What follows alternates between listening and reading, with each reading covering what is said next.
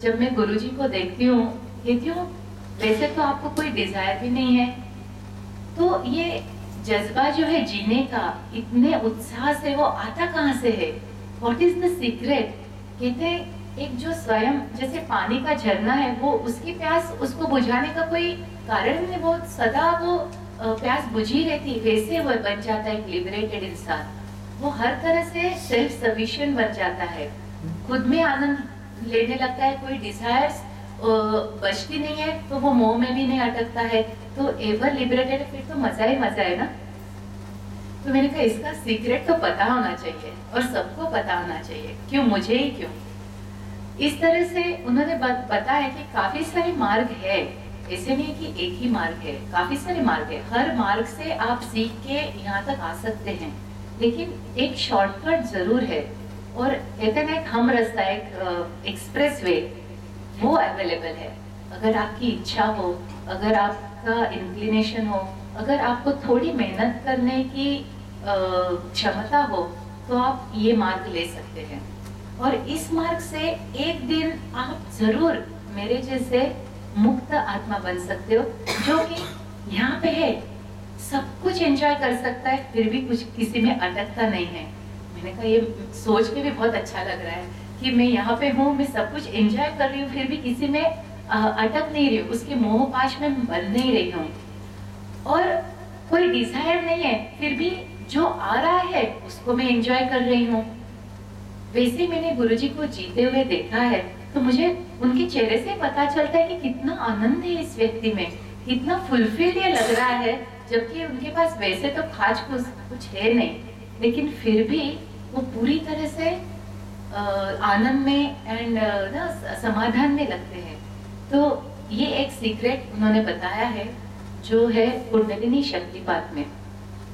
ये fast track है, जो भी आपके हैप्पीनेस के बीच में आता है उसको निकालने की क्षमता इस मार्ग में है।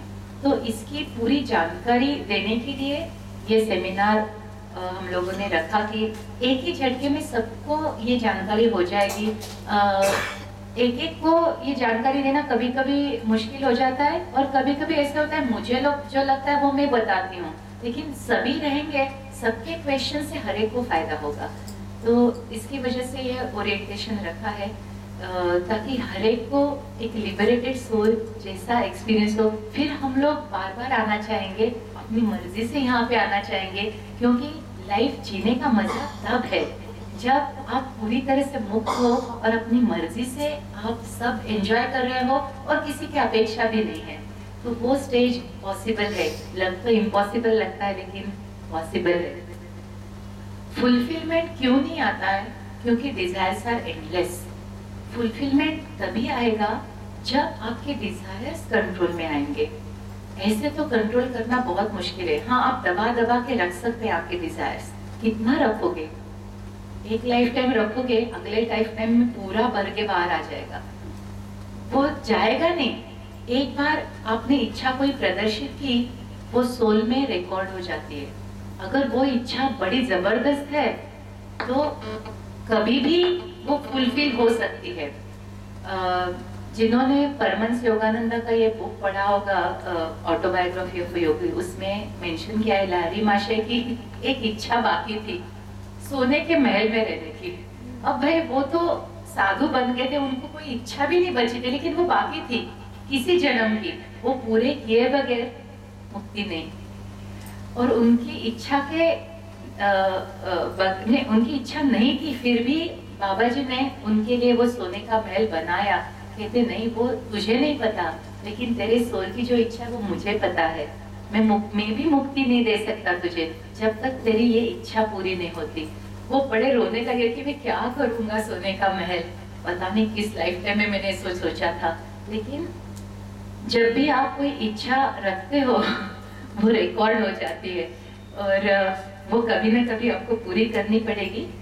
And that is how also we keep coming back again and again. उसके लिए भी वापस आना पड़ता है, कर्मा कंप्लीशन के लिए भी वापस आना पड़ता है, लेकिन डिजायर्स कंप्लीट करने के लिए भी वापस आना पड़ता है।